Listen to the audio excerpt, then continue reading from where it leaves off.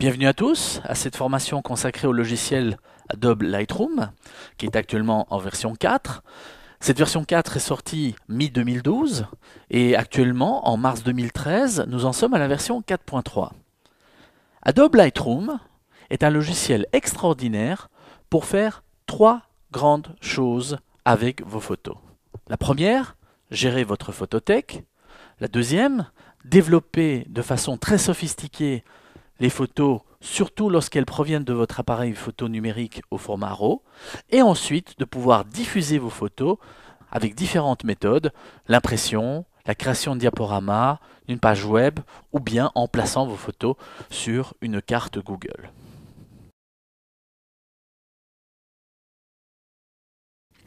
Quels sont les grands principes de Lightroom?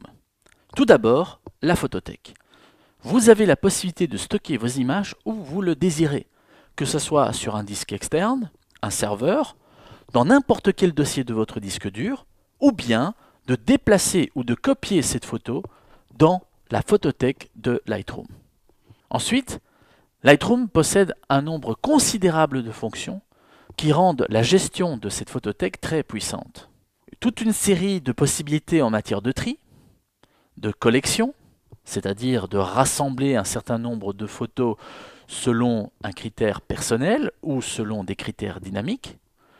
Les métadonnées sont bien évidemment très importantes dans une photothèque et vous allez voir que Lightroom est un modèle du genre. Une fonction de sauvegarde est paramétrable afin que ces sauvegardes soient réalisées de façon périodique. Et le grand avantage de Lightroom par rapport à son principal concurrent qui est Aperture d'Apple, c'est que le logiciel existe aussi bien en Mac qu'en Windows. Et les fichiers générés par la photothèque pour gérer les prévisualisations, pour gérer le catalogue, sont compatibles dans les deux systèmes. Donc, vous pouvez alternativement les mêmes fichiers qui gèrent la photothèque de Lightroom sur Mac, puis sur Windows. Le deuxième grand principe de Lightroom, c'est que toutes les modifications que vous allez faire sur les photos, éclaircissement, saturation, ajout de tel effet, ne sont pas appliquées directement sur les pixels. Jamais vous n'allez modifier définitivement un fichier. Vous allez toujours garder l'original et toutes les modifications que vous allez faire sont non destructrices, c'est-à-dire qu'elles sont appliquées par couche. Grosso modo, dans la photothèque, vous sélectionnez le négatif produit par l'appareil photo numérique. C'est un négatif électronique sur lequel vous allez appliquer vos différentes modifications sans toucher au négatif, mais uniquement par couches successives. Pas un seul pixel de ce fichier ne sera modifié. Alors là, je vois, il y a déjà quelques personnes qui commencent à froncer des sourcils et qui se disent un négatif électronique, mais qu'est-ce que ça signifie? Il y a dans la technologie de la photo numérique des fichiers que l'on appelle des RAW. Ça veut dire brut en anglais. Ce sont des négatifs. Et Lightroom est capable de gérer les fichiers RAW de la plupart des marques d'appareils photo numériques. Adobe propose un format ouvert qui s'appelle l'Adobe DNG, pour Digital Negative, et on verra quelle est la bonne idée qui se cache derrière ce format Adobe DNG. Ce qu'il faut comprendre, c'est que si vous avez l'habitude de travailler dans Photoshop, c'est que vous sélectionnez un ensemble de pixels, vous les déformez, vous changez leur couleur, vous les effacez. Eh bien, il n'y a rien de tout ça dans Lightroom. Pensez au flux de travail de la photo argentique. Vous impressionnez une pellicule qui se trouve dans un appareil photo. Ensuite, cette pellicule, vous la faites développer dans un laboratoire. Le négatif que vous en obtenez, vous l'impressionnez sur un papier spécial, un papier photo. Ensuite, cette feuille de papier, vous la déposez dans un bain. Et en fonction de la chimie que vous ajoutez dans le bain, vous obtenez une photo normale ou une photo volontairement délavée ou une photo saturée. Ensuite, vous retirez la feuille de papier et vous la laissez sécher. Il n'y a pas de calque, il n'y a pas de mode de fusion, il n'y a pas d'effet, il n'y a pas de déformation dans Lightroom. Et c'est là que vous allez vous poser la question, mais alors, comment est-ce que je vais faire pour faire ce que j'ai l'habitude de faire dans Photoshop? Eh bien, Lightroom et Photoshop ne sont pas des logiciels concurrents, ce sont des logiciels complémentaires. Et il m'arrive, après une journée de reportage, de d'abord ouvrir mes photos dans Lightroom pour leur appliquer des corrections de lumière, de couleur, de teinte, Et ensuite, je poursuis le travail dans Photoshop car il y a énormément de choses que Lightroom est capable de faire beaucoup plus facilement que dans Photoshop. L'autre grand pilier de Lightroom, c'est l'aide à la diffusion plurimédia. Une sélection de photos, vous pouvez l'imprimer dans des livres, en faire une page internet, créer un diaporama, les placer sur une carte Google, etc., etc. Voici sur le site d'Adobe France la page qui décrit le produit et remarquez que le nom du logiciel c'est Photoshop Lightroom. Le vrai nom de Lightroom c'est Photoshop Lightroom qui fait partie de la famille Photoshop, composée du Photoshop normal, Photoshop Express qui est la version grand public à 50 ou 100 euros, je ne sais plus, Photoshop Touch pour les tablettes tactiles donc, et puis il y a Photoshop Lightroom. Sur cette autre page du site d'Adobe, consacrée à cette famille Photoshop, vous voyez que les deux logiciels sont présentés côte à côte. Photoshop pour les designers, Lightroom pour les photographes. Ces deux logiciels sont donc complémentaires et Adobe vend même un pack Photoshop Lightroom. Ce pack est amené à disparaître puisque maintenant avec la licence Creative Cloud, on peut obtenir Lightroom et Photoshop pour un prix dérisoire. Je vais en parler aussi. Les grands principes en font aussi les points forts. Et donc, je peux en quelque sorte résumer. Lightroom a ses trois grandes forces qui sont la photothèque, le module de développement et les outils de post-production pour affirmer que c'est devenu une référence pour les photographes. Et je rappelle que Lightroom n'est pas un logiciel de retouche aussi complet que Photoshop et il n'a même pas la prétention de l'être. Quand Lightroom est apparu sur le marché il y a quelques années, Adobe a adopté une politique de développement différente de celle d'Apple. Apple a travaillé en vase clos avec une équipe de développeurs dédiés, mais qui travaillait dans le plus grand secret avant de dévoiler le logiciel Aperture. De son côté, Adobe a adopté une autre méthode qui était celle de tout simplement proposer un logiciel en version bêta, donc non encore abouti, et de demander aux photographes de le télécharger, puisqu'il était gratuit, puisqu'en mode bêta, et de fournir impressions, suggestions, critiques sur une page web qui comportait un formulaire. Et c'est grâce à cette méthode que Adobe a pu fournir un logiciel qui était très complet au niveau des fonctions. Pendant des années, on pouvait dire que Aperture prenait un peu le dessus, puis Lightroom reprenait le dessus, etc. Mais ce qui caractérise Lightroom, c'est la très grande richesse de ses fonctions. Il y a des fonctions pour pratiquement n'importe quel réflexe que vous pourriez avoir lorsque vous l'utilisez. Quand vous vous dites, tiens, j'ai besoin de faire ça, eh bien, Lightroom possède des fonctions pour le faire. J'ai besoin de faire ceci, Lightroom possède des fonctions pour le faire. Je suis assez surpris par la richesse des fonctions et le nombre de petites cases à cocher, le nombre de possibilités dans Lightroom est assez impressionnant. Alors, je ne dis pas que Aperture n'est pas un logiciel de qualité, mais je constate autour de moi, vu que je suis formateur et que je rencontre beaucoup de gens, que Lightroom semble être l'outil majoritaire au sein des gens que je rencontre. N'oubliez pas non plus que Aperture est uniquement disponible sur Mac, alors que Lightroom est disponible aussi bien sur Mac que sur Windows. Et les toutes premières versions de Aperture ont peut-être refroidi les ardeurs de certains photographes, puisque pour pouvoir faire tourner Aperture, il fallait un Macintosh assez puissant, alors que Lightroom pouvait tourner sur un ordinateur qui était même bas de gamme, ou un ordinateur normal, ou même un peu plus ancien lorsqu'il était apparu. Lightroom est ensuite devenu un logiciel payant, et à chaque nouvelle version apporte son lot de nouveautés. La version 3, comme vous le voyez, proposait un certain nombre de nouvelles fonctions. Celle que je trouvais la plus spectaculaire, c'est la troisième ici dans la liste, qui est la correction du bruit. Et nous allons voir de quoi il s'agit. La version 4 propose de nouvelles options de conversion au format digital négative.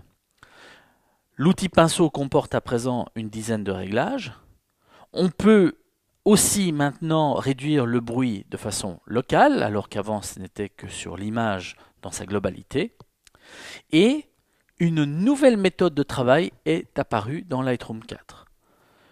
Dans les versions précédentes, on pouvait à la limite commencer à éventuellement travailler sur les couleurs, puis ensuite on travaillait sur les zones les plus sombres, puis éventuellement l'exposition. Dans la version 4, il est préférable de toujours travailler de haut en bas. C'est-à-dire que vous allez commencer par éventuellement la température, puis l'exposition, ensuite les tons clairs, les tons foncés, les noirs, les blancs, etc. Donc Lightroom 4 préconise de travailler toujours à partir du haut de la fenêtre des réglages de base vers le bas. Maintenant, on peut ouvrir des vidéos et leur appliquer un certain nombre de corrections de lumière ou de couleur, mais ce module reste encore assez limité. Grosse nouveauté, c'est la géolocalisation des photos. Si vous avez des photos qui possèdent des coordonnées GPS, eh bien elles vont automatiquement se placer sur une carte. Mais si vous n'avez pas d'appareil photo qui ajoute les coordonnées GPS dans la photo au moment de la prise de vue, vous pouvez ajouter ces coordonnées a posteriori. Si vous avez une imprimante de qualité, généralement ce sont des imprimantes à jet d'encre avec au moins 8 cartouches d'encre, eh bien si les profils de cette imprimante sont installés sur votre poste de travail, vous avez la possibilité de prévisualiser l'épreuvage à l'écran. C'est-à-dire que Lightroom sera capable de vous montrer quels sont les pixels de l'image que le moniteur sur lequel vous travaillez n'est pas capable de reproduire. Comme vous le savez, tous les moniteurs ne peuvent reproduire les mêmes spectres colorimétriques. Mais aussi, Lightroom va vous montrer quels sont les pixels que votre imprimante ne sera pas capable d'imprimer. Et tout cela sera visible à l'écran avec un marquage au pixel rouge et au pixel bleu sur l'image. C'est assez impressionnant et c'est très utile. Vous pouvez à présent envoyer vos images par courriel et le module Blurb, bien connu, est maintenant intégré dans Lightroom pour la création de livres ou de PDF sur base d'une sélection d'images. Alors, tout n'est pas parfait dans Lightroom. Il n'y a par exemple pas de reconnaissance faciale. Je ne sais pas pour vous, mais le module de reconnaissance faciale intégré dans iPhoto d'Apple, je l'ai testé un peu et puis ce n'est pas devenu un outil régulier. Puis ce n'est pas devenu un outil indispensable. Donc, à vous de voir, mais d'après les réactions que je vois dans la salle, j'ai l'impression que vous êtes du même avis que moi. Vous pouvez à présent ouvrir des vidéos et appliquer un certain nombre de corrections de lumière sur ces fichiers, mais ce n'est pas encore aussi performant que dans Photoshop 6. Vous ne pouvez pas faire de montage. Vous pouvez juste appliquer un effet de lumière de teinte, mais vous ne pouvez pas éditer ces vidéos, si ce n'est le début et la fin. La retouche locale commence à faire son apparition avec un outil pinceau amélioré, mais il n'y a pas encore de possibilité de modifier par exemple la forme du pinceau. Voilà, c'est un exemple où les pinceaux sont encore circulaires, tout comme je l'indique ici, le tampon est aussi circulaire. Et donc, comme je l'indique aussi ici, il n'y a pas de sélection avancée dans Lightroom. Il y a une sélection automatique qui est plutôt performante, c'est-à-dire vous ne devez pas faire de détourage. Vous allez utiliser un outil pour corriger certaines couleurs, la lumière. Eh bien, il y a une case à cocher qui va vous permettre de le faire sans sélection, c'est-à-dire que Lightroom va détecter les variations de lumière et de couleur et va essayer de détecter les formes, les objets, les bâtiments sur lesquels vous voulez travailler. Le flux de travail avec Photoshop est possible. Vous pouvez temporairement depuis Lightroom envoyer une image de la photothèque que vous êtes en train de travailler dans Lightroom et vous pouvez donc l'envoyer temporairement dans Photoshop parce qu'il possède des fonctions que Lightroom ne possède pas, et puis de ramener de nouveau cette photo dans Lightroom. Alors, pour l'instant, ce flux de travail ne fonctionne qu'avec des images aplaties, c'est-à-dire des fichiers qui ne comportent pas de calque. Cela peut provoquer un certain nombre de frustrations chez les habitués de Photoshop, mais il n'y a pas de gestion de fichiers multicalques dans Lightroom. Et comme je l'avais dit au tout début, ce n'est pas le but du logiciel pour l'instant. Peut-être que l'on va trouver un petit peu plus tard de nouvelles philosophies de travail avec les calques, mais il faut d'abord que les gens s'habituent à utiliser Lightroom avec la philosophie du fichier aplati. La fonction d'envoi par courriel ne lit pas par exemple les données de votre carnet d'adresses, que ce soit sur Windows ou sur Macintosh. Ça aurait été bien pratique. Pour l'instant, vous devez taper intégralement électronique, l'email donc, dans le champ des destinataires.